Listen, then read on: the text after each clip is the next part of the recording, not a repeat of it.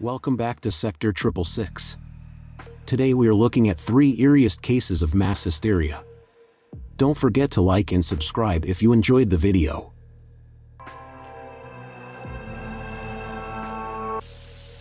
Mattoon, Illinois, is a tiny town about 49 miles south of Champaign with a population of about 18,000 people.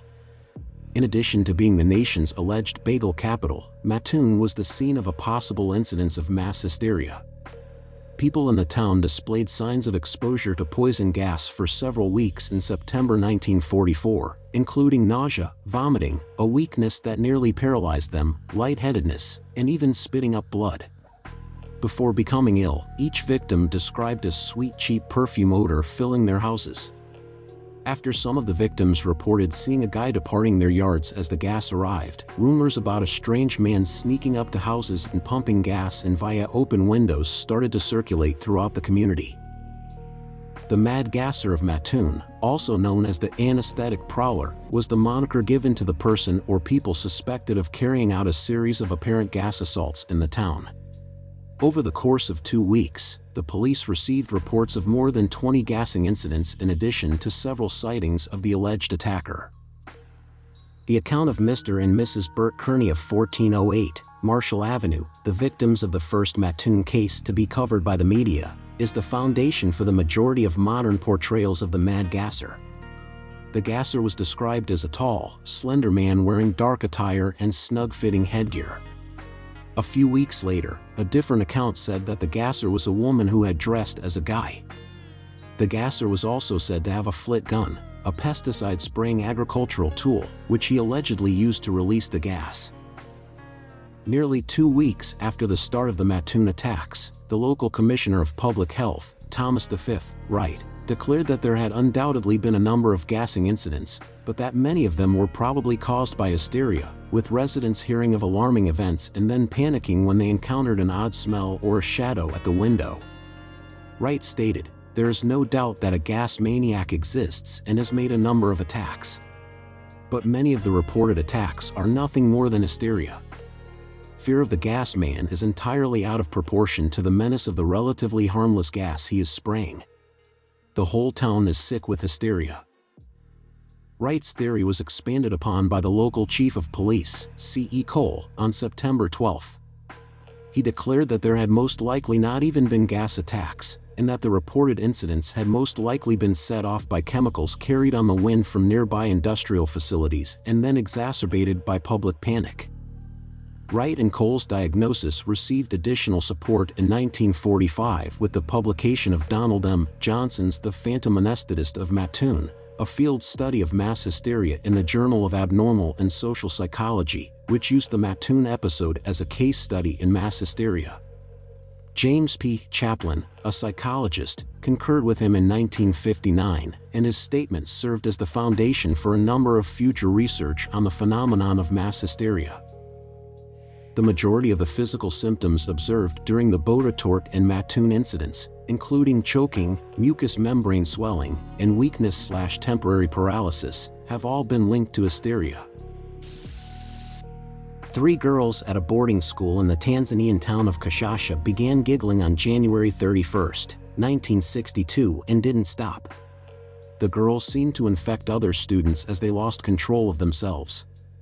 95 of the 159 students aged 12 to 18 were affected. Symptoms ranged from a few hours to 16 days. Teachers at the school were forced to cancel classes and send the students home since the symptoms grew so upsetting. Strangely, once their parents arrived to take them up, they too started to giggle uncontrollably, despite the fact that neither the teachers nor the other adults on staff at the school were affected. The disease spread to Nshamba, where some of the girls lived. 217 residents, primarily children, experienced laughing attacks in April and May. On May 21, the Kashasha school reopened, then it closed again at the end of June. In the first part of that month, the laughing pandemic affected 48 girls at Ramasheni Girls Middle School, which is close to Bukoba. The Kashasha school was sued for permitting the kids and their parents to spread it across the neighborhood. Other schools, Kashasha, and a different community were also somewhat impacted. 18 months after it began, the phenomena disappeared. Victims described experiencing uncontrollable sobbing and screaming fits, rashes, restlessness, the impulse to run about aimlessly, excessive flatulence, and lightheadedness during the unprovoked laughing fits. In total, 14 schools were closed, affecting 1,000 individuals. According to Texas A&M University linguist Christian F. Hempelman's theory, the occurrence may have been brought on by stress.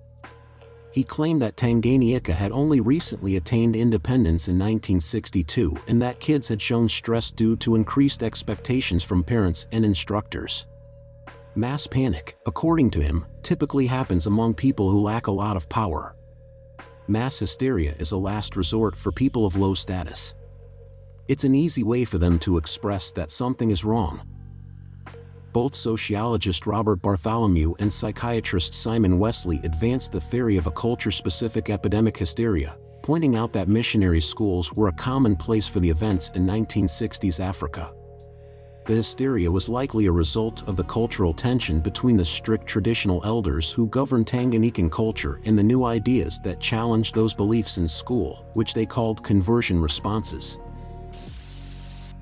Gloria Ramirez, 34, was taken by paramedics to Riverside, California General Hospital's emergency room on the evening of February 19, 1994. Within hours, several medical personnel who had interacted with her were gravely ill, the majority experiencing fits of convulsions, muscle spasms, and fainting. Many required hospitalization. The case of the toxic lady, as she is known in the media, is still up for debate among scientists, but various ideas have been advanced throughout time. Ramirez, recently diagnosed with metastatic cervical cancer, was admitted in respiratory and cardiac distress. The medical staff administered diazepam, midazolam, and lorazepam injections to sedate her. Ramirez's body began to have an oily sheen, and several people smelled what they believed to be a fruity, garlic-like odor coming from her mouth. As the staff attempted to defibrillate her heart, it became evident that she was not responding well to treatment. As part of the hospital's standard code blue process, Nurse Susan Kane took a blood sample, likely for an arterial blood gas analysis. It was said that shortly after drawing blood, a strong ammonia odor filled the room, and the nurse quickly passed out. Julie Gorczynski, a senior medical resident, assisted the nurse. Once her requirements had been met, the resident smelled something odd, took a good whiff of the syringe, and passed out.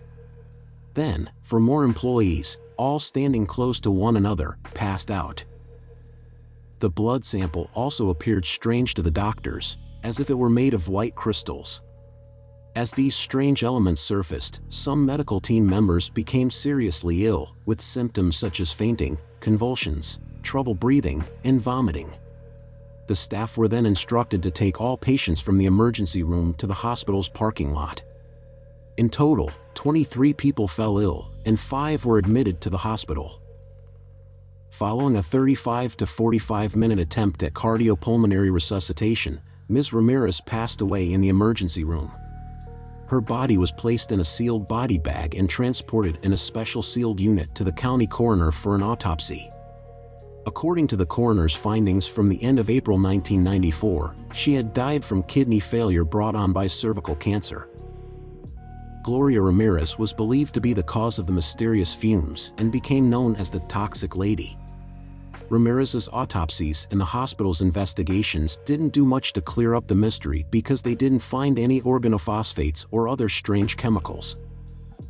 A survey found that those afflicted tended to be women rather than men, and they all had normal blood tests after the exposure. They believed the hospital workers suffered from mass hysteria.